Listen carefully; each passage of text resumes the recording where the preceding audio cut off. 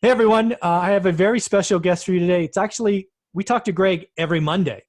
We did release a video talking about what if unemployment is truly 30% on Monday.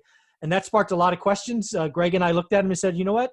Let's see if we can't dig into the questions and answer them for you before we talk again next Monday. So Greg, thank you for doing this. How you doing? I'm doing great, Michael. How about you? I'm doing very well. I love it when we find a topic that sparks interaction. So Yeah. Looks like you had a couple of good questions there. So, yeah. So any of them sort of jump out at you that you want to start with while I scroll through the list?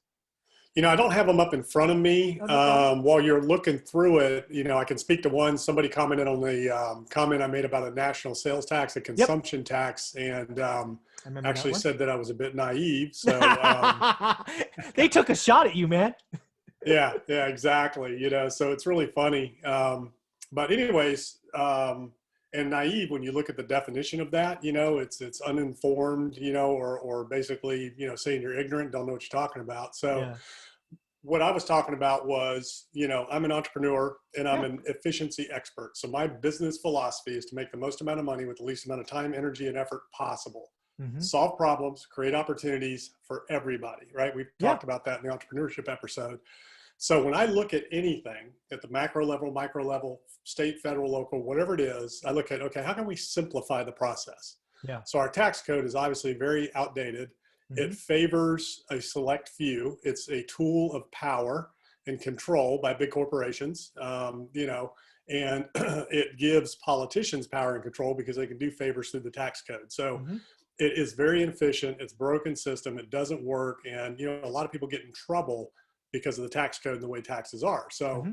at a very high level, an easy way to simplify that and to fix it is to start looking at a national sales or consumption tax. This is not a new idea. It's anything I No, came up with. no. People have been talking about this for a long time. Yeah. I mean, So I did some research on this when I was getting my MBA, so it's at least mhm. 20 years old. So yeah, it's not a Yeah, and Greg idea. yeah, and I'm no economist, but there's very smart people, some of the Mm. best minds in the world that have studied this and do study this. And, there's pros and cons and debates on each side. So all I'm really saying is we need to simplify the tax code. We Yes. need to make it, more broad and more fair so that people that are operating under the table, whether they're illegal, and I don't mean, immigrants, I just mean Yeah. being paid cash for their services, Yeah. operating illegally under the table, pay their fair share. Hmm. And, people that don't make enough, like his comment was the middle class gets left out in a fair tax or a consumption tax. You have rebates, you have a rebate system. So there's a lot of ways that it can be made more fair. It can be more broad reaching, and it could work. So that was a very high level comment of we need to simplify this. And that's Yeah. one thing that the federal government needs to really look at. And you can't really compare the United States to any other countries, especially Venezuela. That would be a naive comment. You Yeah. just can't. Yeah. We're the United States of America. We have almost a $30 trillion GDP. Yep. Venezuela, Yeah. you just can't compare. So, and then the second part of his comment was about employees should be entitled to ownership in the companies they work for. That is a very naive statement spoken by somebody who has obviously never started a business, owns a business, or taken a risk to start a business, create opportunity, create jobs for other people. Hmm. Just because you have an employee doesn't mean they have a right to ownership in your company. Entrepreneurs go out, take risk, they risk their own capital, they spend time, energy, effort, work their butts off. They're the last ones to get paid. The employees are the first to get paid. Yep. And employees get a salary. They get Yep. salary, and some companies they get benefits. That's why they're there. That doesn't entitle anybody to ownership just because you work somewhere. And, the other side of that equation is, that mindset says, hey, I work here, I'm entitled to something. Okay. Yeah. So you're entitled to ownership because you work here. Are you entitled to share in the losses when something goes wrong, when the company fails? Are you going to put your house up? Are you going to pay the debts of the company? If you make a mistake, are you going to pay for it? Mm. No. Nobody wants to do that. Yeah. But they want Doesn't go the ownership. other way, huh? Darn it. Exactly. They want ownership. They want entitlement. They want all that. So if you want that, go start a business. Yeah. Be an entrepreneur. Go work. Educate yourself. Put your capital at risk and go create jobs for other people. Yeah. So be a job creator, not a job taker and an entitlement seeker. Yeah. So that's what entrepreneurs do. Yeah. The biggest thing for me, sort of hitting both those concepts. First off, a flat tax or a consumption tax or whatever you want to call it where I go back to is the tax code today is too complex. Complexity opens up what we all now call loopholes, and everybody wants to close a loophole. A loophole gets closed. No, the tax code is so complex. There are so many gray areas. I have an accounting degree and an advanced degree in economics and finance. There are plenty of gray area loopholes out there because the tax code is this thick or Right. whatever. That's the problem. So I vote for anything that simplifies it, because once it's simplified and it's, one sheet of paper, you need a lot less accountants, a lot less lawyers, a lot less estate planners, because simple. And it should be simple for everyone. Everybody should play by the same rules. The thing that bothers to me today in the tax code is the ultra rich play by a different set of rules, carry forward losses, and all these other things that they have that you and I will never see, or at least I will never see. Maybe you see them, but most people will never see. So that just bothers me at my core. And then one statement that I totally agree with that I just want to hit again is entrepreneurs are paid last. Exactly. They're paid last. And most entrepreneurs don't succeed, frankly. The failure rate is really high. So the entitlement mindset that I saw in that question was, it's not okay. If you want it, when a company folds, and the owners lose everything, the employees aren't there paying their fair share. They're not contributing. No, they're on to the next job. Yeah, you close a restaurant. Yes, it sucks that the waiters and the cooks and the hostess all lose their job. That's really bad. But the owner, they probably have years of commitments on that lease that they're on the hook for. They probably have payments left on the equipment that they're going to pay for. They probably have, other contracts that they still have to pay, even though they have no revenue. So you're absolutely right. Entrepreneurship. Take your life savings, take your house, take everything you have, put your it health on the line for a business, then tell me who's entitled to what in your business. Amen. Once you do that, then we can talk to me. Yeah, exactly. So one of the questions that came up, and we've talked about this a couple of times, is we've talked about real estate opportunities, entrepreneurships, finding businesses that are not, like bakeries and dry cleaners, things that are like localized. Where could somebody go find businesses? Because, there isn't an MLS per se for businesses. Where would somebody even go look for that? Or are there brokers, or how would one go evaluate that stuff? So some cities and states, well, it's not at the state level, but local association realtors. So different places have different MLS systems, and there are businesses for sale in some MLS systems. Okay. So some areas do use that. There is Biz Buy Sell, which is a part of LoopNet, where you can find businesses that are listed now. Yeah. Business brokers. Okay. So in general, business brokers are very difficult to deal with. They overprice the businesses. And, that can be an inefficient way to find a business, but there are some business brokerage websites where you can see what's there. And the idea is to look at the businesses, see what they're asking, evaluate them. And then you want to deal with the owner.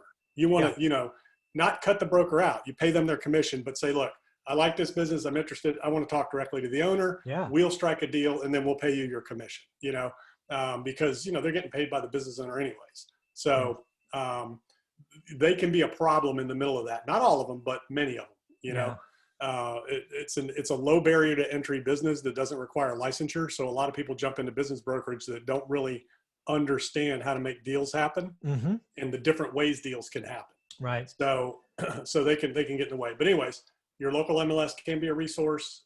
Biz Buy Sell has another one. There's a couple of franchise websites out there that list franchises for sale. Okay. And then right now, just driving around and looking at closed, Yeah. And, big old sign on the window. And just calling the landlord, because the space is either going to be for lease or it's going to be, somebody's going to try to turn that space over or try to sell the assets or whatever. So, right now driving around is an easy way to find. Talk about driving for dollars, right? Yeah. And then the cool thing about that is you can structure deals in a number of ways. So you don't even need any money to buy a business. You can get into a business by, especially right now, if the business is going out, closed, gone, going out of business, where you could step in, take it over and pay the owner, out of the cash flow of the business that you generate. You can do a deferred down payment. So, let's say you finance it with a bank loan or something, or SBA or something like that, and the owner wants a down payment, you can agree to that and say, look, give me 90 days to pay you out this down payment, or give me 1 year to pay the down payment. So there's a lot of different ways you can structure creatively with business. And, businesses can generate way better returns than real estate. A lot more people these days are getting wealthy through businesses and companies than in real estate, just because the barrier, of entry from a price standpoint. Right. Okay. The other thing I want to talk about, again, just thinking about those mom and pop businesses driving around. And again, I've never done it, never evaluated. So this is just probably a naive question, but most of them are renting space, right? Most business owners in a strip mall per se, they don't own their section, right? It's not a condo, right? They're assigned a 10-year lease or 5-year lease or whatever. And then the equipment that they bring in, typically they own that, I'm guessing. Yeah. And so that's really what you're buying, that in the customer base, in the infrastructure, all of that. But you probably still have a lease with the commercial owner, I'm guessing. Is that fair? So the majority of a retail strip center type environment, yeah, those are generally leased. I mean, some people do own the condos, and those centers have been condoed out. That's a great little business model from a developer standpoint. Same thing with office condos. So they can be leased or sold. So yeah, it can go either way. Like, we had one that we did down in North Carolina that was a Food Lion shopping center. Yeah. Main anchor was Food Lion, and then we had a bunch of little other retail centers. We just condoed them out and sold the little spaces. Interesting. And that was a great little play, just like you could do with an apartment, just like you can do with a lot of things. Okay. Cool. Warehouse, you can do the same thing with a warehouse. Industrial space, you go in, buy a big empty warehouse or big box space, and then carve it up into little spaces and sell them off. Buy by the foot, sell by the inch. I get it. Exactly. So that's absolutely doable. But most of them, the majority of them are leased. And then the FF&E in there, furniture, fixtures, and equipment that the owner supplies, anything that's not attached to the space or built in, and even some of it they do build in, they own that, but generally they're not going to take a built-in countertop or built-in, retail sales counter with them.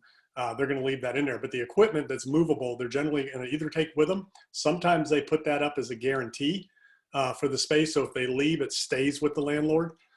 So, that can be done in a lot of different ways. And generally the FF&E is worth, pennies on the dollar when, with a retail or restaurant business. Okay. Another question, we should just say it. I don't do this enough, but you have a YouTube channel. People are really liking our interviews. So what is the YouTube channel? Yeah, so it's Greg Dickerson, just your name. Greg Dickerson. Google Greg Dickerson real estate or whatever, and it'll come up. There's a sportscaster named Greg Dickerson too. So when you Google that, we're about the only two that pop up. There you go. And I will once again put it in the first line of the show notes. I do that sometimes. I forget sometimes, so I will do that this time. Yeah, we get a lot of crossover. I get a lot of people reaching out that are subscribed to your show and they enjoy our discussions and ask questions. That's why I like doing this. Even the negative comments and questions, I still want to address them and just say, hey, here's what we're thinking and what we're looking at, and bring the feedback, positive or negative. And we're not making any political statements or positions. We're just bringing, trying to help people, and bring some high level conversation. And sometimes we miscommunicate or we don't go deep enough, and it's just an opportunity to try again. I like it. It's fun. So I'm going to read an entire question this time instead of just giving you the concept. So I heard you and Greg, so that's me and you, saying the housing market will never have an issue because of the low interest rates and will keep going up the next few years. Now, this again is back to the 30% unemployment. Now you guys are saying that we may have foreclosures and opportunities coming up next year because of high unemployment that Greg described today. What are your thoughts? Have you guys changed your mind with the discussion and the new data as of today? So I don't ever remember, and I never would say the housing market will never have an issue because of low interest rates.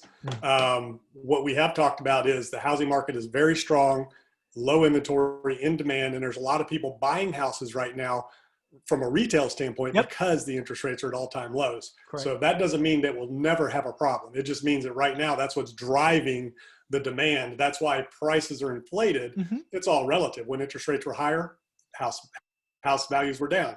As interest rates go down, house values go up. Demand goes up. So that's all we're talking about there. As far as the health of the housing market, one of the things I do think is that you're, from a retail standpoint, buying at the top of the market now, you're not going to generally see the type of appreciation that you have seen in the last 30 years.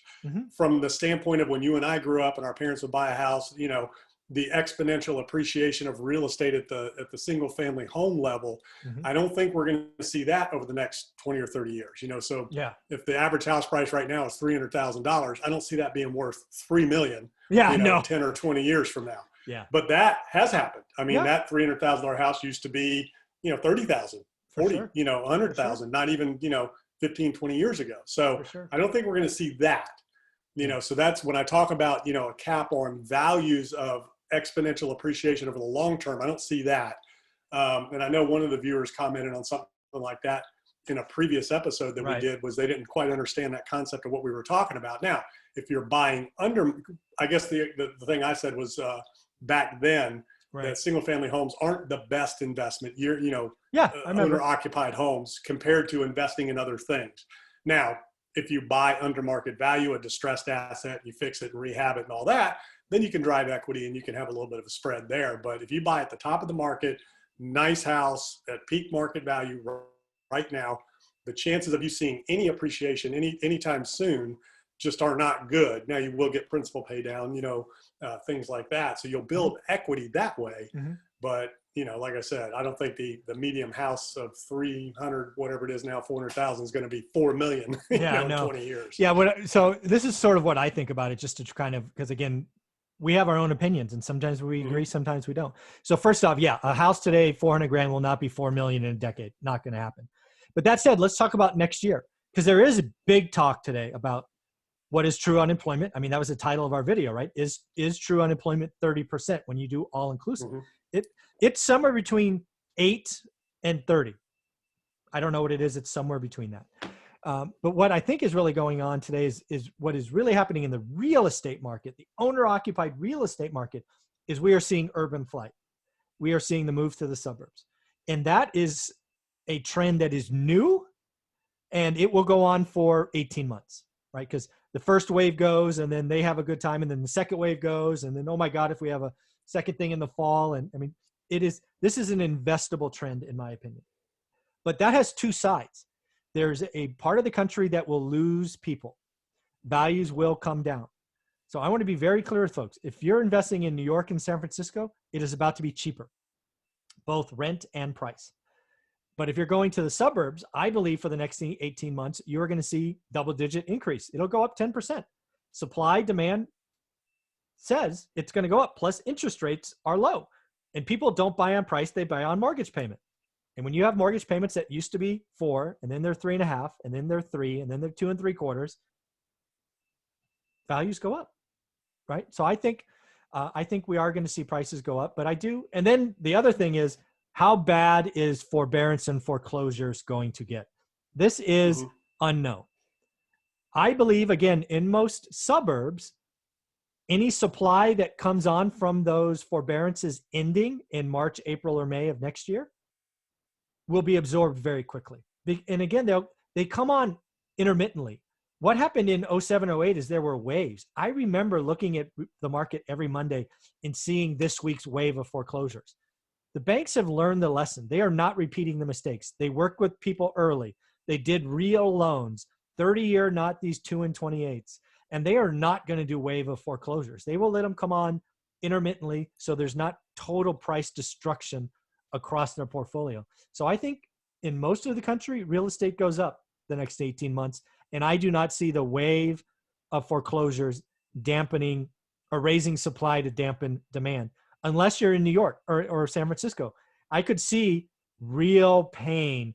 Like if you bought a condo in San Francisco for $1.8 million and, half the building is empty, you're going to see some price destruction and things like that. So that's what I'm seeing next year. Any thoughts on what I said?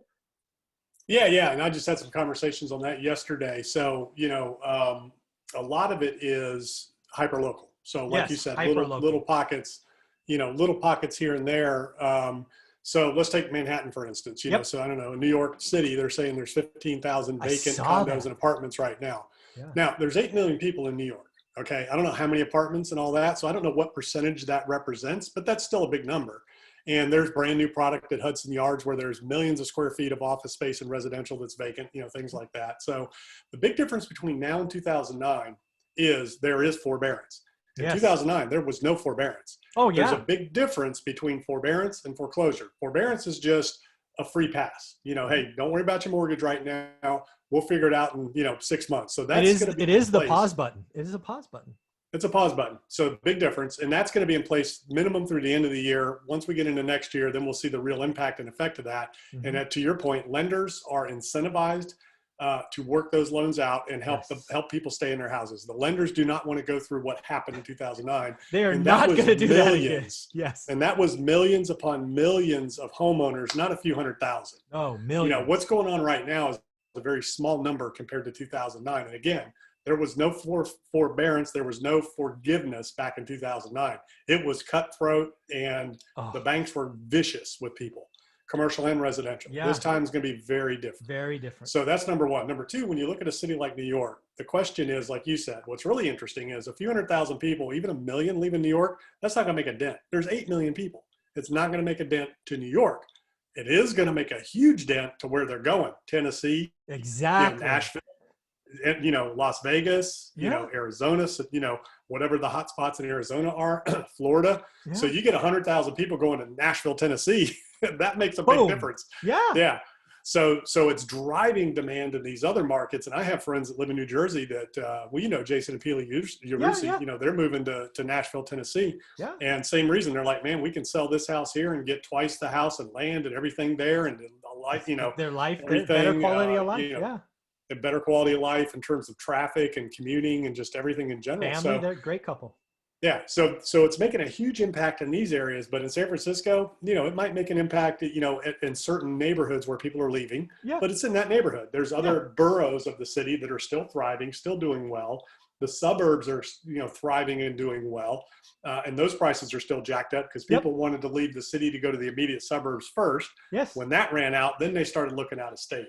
And then in the tax situation and, the tax situation, politics, all that stuff makes a bigger, has a bigger role in people's decisions of where they're going to go from a state to state standpoint. So, I think the social unrest and the political climate is more driving a lot of people out of some of these areas than even, just the COVID situation. People are worried. I mean, they're getting harassed on the streets in New York trying to eat lunch or eat dinner. That. Crazy. And I don't mean just harassed. I mean attacked. In San Francisco, same thing. So it's getting to where people don't feel safe just even walking outside their own front door where they didn't think twice about it even 4 months ago. Yeah, pretty crazy. So that's a big issue there. So it's going to be these little pockets, and these cities are big. There's a lot of people. So what was the second half of that question? It was about that you just read. Basically, what are you seeing in 2021? Will forbearance and foreclosures lead to price destruction? Yeah, no, not at all. Some not at all, because there is no foreclosure on the books right now at all. Not even an issue. And forbearance is just, a pause button. I totally agree with that. Again, people are looking today, and everybody remembers the last crisis, and they're translating what happened in 2008. Folks, the banks are handling this different. It's not going to happen. Well, the other thing too is a lot of the people that are unemployed right now, the retail workers, restaurant, hospitality, renters, they're not homeowners. Yeah, they're renters. Yeah. So it does have an impact and effect on where they live. But again, that's spread out over a big area in terms of the geographics and demographics of that renter. But most of the people that are unemployed right now, unfortunately, are renters versus homeowners. Fortunately, unfortunately, however you want to look at it. Yep. This is reality. Yeah. Yeah. And then I guess to close on this kind of going deeper subject, and don't let me put words in your mouth, but this is how I summarize our conversations. We still think the rest of 2020 there's more pain to be had. There'll be some more events that we just have to watch, but we are both pretty optimistic about opportunities in 2021. Is that fair? Yeah, absolutely. And, the big key again for everything is treatment. So vaccine's one thing, that's great, but you need to take the fact that somebody can end up on a ventilator or die from COVID off the table. That's where the real transformation happens. A lot of people aren't going to take that vaccine, but when they know, hey, I can go out, if I get sick, I'm not going to be on a ventilator and I'm not going to die, then we're on a path to recovery. Exactly. And again, I still think, we did a video, I think 3 or 4 ago, the year of the entrepreneur, 2021. I still think there's going to be some people that are in businesses that are going to close. It is going to suck. It is going to hurt. Yes, we will get through this.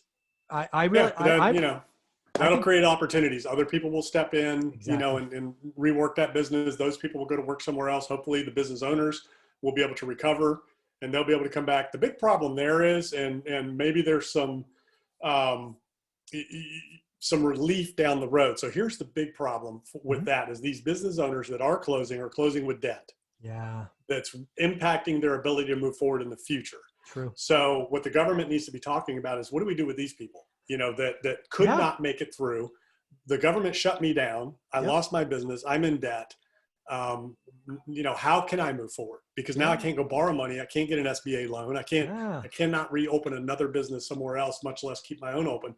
So there's going to be a big segment of the economy there that's going to be hurt from a financial standpoint because of the debt that they've taken on and they've lost, through this cycle of being shut down. So their only choice is they're going to have to go to work so that, they will still be able to get a job and produce income, but they're going to have that debt that's going to hold back real recovery for a large portion of the market. And that's significant. That's a big number. And we want those people because, again, we are a country that small business, medium business, they employ a lot of people. And so that's where I think the federal government needs to step in and pay all those debts off from that situation and mandate that the credit records are not harmed for those individuals and just take that, just like they did for Wall Street and these defunct corporations and bought their corporate debt. They need to buy the corporate debt of these local businesses and erase their credit records so that they can move forward. Have you heard anybody talk about it? But have you heard anybody talk about it? Yeah, there's a few. Marie DiMartino Booth is a good one. She's an economist. She used to be with the Fed in Texas. I've seen her. She's very good. Yes. Yeah. So she talks a lot about it. I haven't seen anybody a few people in Congress are talking about it, but she's making a big stink about it. Thank goodness. But that's something that needs to be addressed because, if you're Walmart, you can be going bankrupt and sell bonds. Yeah, exactly. Okay? If you're, Michael's restaurant on the corner in San Francisco and you're out of business, you can't sell bonds. No. You need to, they need to address that somehow. And they tried to do it through the SBA loan program, but in PPP, but that doesn't make you whole. It doesn't take the debt burden off you, and it doesn't replace the income that you lost that you otherwise would have had if you weren't forced to shut down. So that's a big conversation that needs to happen. Oh, very cool. Well, we'll end it there. I appreciate you giving me some time. And again, we'll talk on Monday. Yeah, man. Sounds good. Take care. All right, Michael. Have a good weekend.